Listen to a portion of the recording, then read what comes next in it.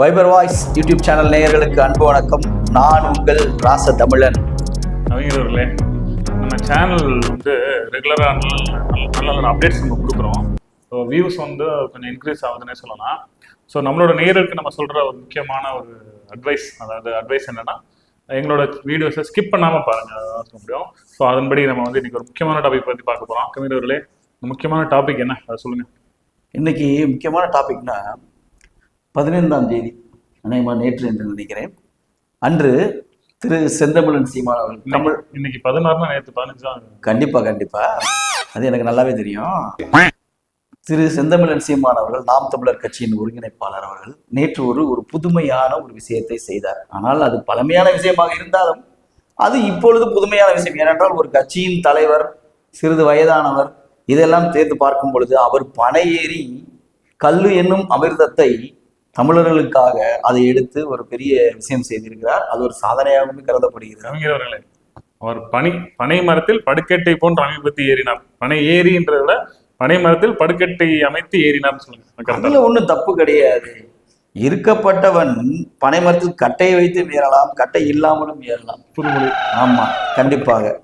So ஏறி அவர் என்ன பண்ணியிருக்காரு அப்படின்னா, இந்த மதுபானங்களுக்கு, போலி மதுபானங்களுக்கு மத்தியில் கல்லு என்ற அமிர்தம், தமிழர்களின் பழைய பானம் என்று சொல்லுவாங்க. பானம்னா மீன்ஸ் குடிக்கிறதுக்கு, அந்த மாதிரி உள்ள ஒரு பானத்தை எடுத்து மக்களுக்கு கொடுப்பது போல நேற்று ஒரு நிகழ்ச்சி நடைபெற்றது. அதில் அவர் ஒரு சாதனையும் செய்து விட்டார்.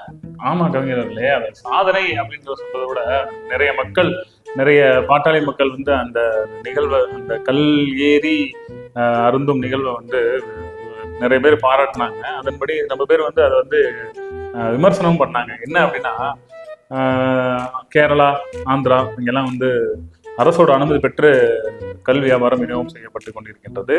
ஆனா யாரும் மரத்துல ஏறி உட்காந்து அடிக்க மாட்டாங்க. தலைய மரத்துல ஏறி உட்காந்து குடிக்கிறாப்புல.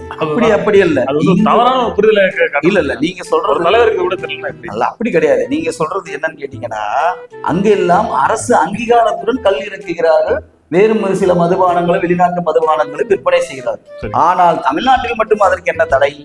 இந்த தடையை உடைப்பதற்காகத்தான் அவர் பனையேறி அங்கே கல்லை எடுத்து அருந்திவிட்டு மக்களுக்காகவும் அந்த கல்லை பரிமாறி இருக்கிறார். அப்படி என்பது இது எந்த வகையில் குற்றமாகும்? இப்ப நான் அந்த நிகழ்வை பற்றியோ அதை பற்றி விமர்சனம் பண்றேன்.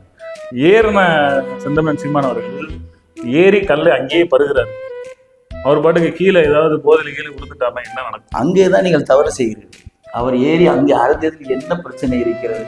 கல் ஒன்றும் பெரும் போதை மிக்க பொருள் அல்ல, அது பானம் அல்ல. எடுத்தவுடன் அருந்தி விட்டால் அது அமிர்தம். ஏரியே குடிக்கலாம். ஆமா, கண்டிப்பா. இதுல என்ன தப்பு இருக்குது? கவிஞர்கள் சொல்வது போல கல்லை நீங்க ஏறி குடிக்கலாம்ன்றாரு. பட் ஆனா விமர்சனம் பண்றாங்க கவிஞர்களே. சில பேர் தெரியாதவர்கள் விமர்சனம் செய்யத்தான் செய்வார்கள். அதை நாம் விட்டு செல்வது, கடந்து செல்வது, அது ஒரு குணம். சால சிறந்த அறிஞர்களுக்கும் கவிஞர்களுக்கும் உள்ள ஒரு பண்பு, அது ஒரு குணம்.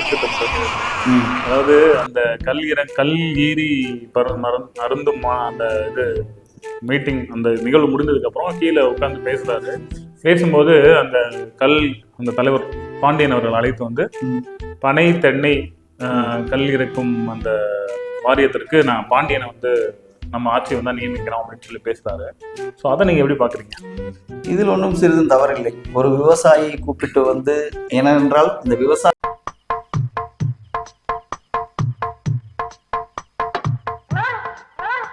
வருவதற்கான ஒரு சில நடவடிக்கைகளை அவர் எடுப்பது கண்டிப்பாக இவர் செய்வது நல்லதுன்னு தான் நான் கருதுகிறேன்.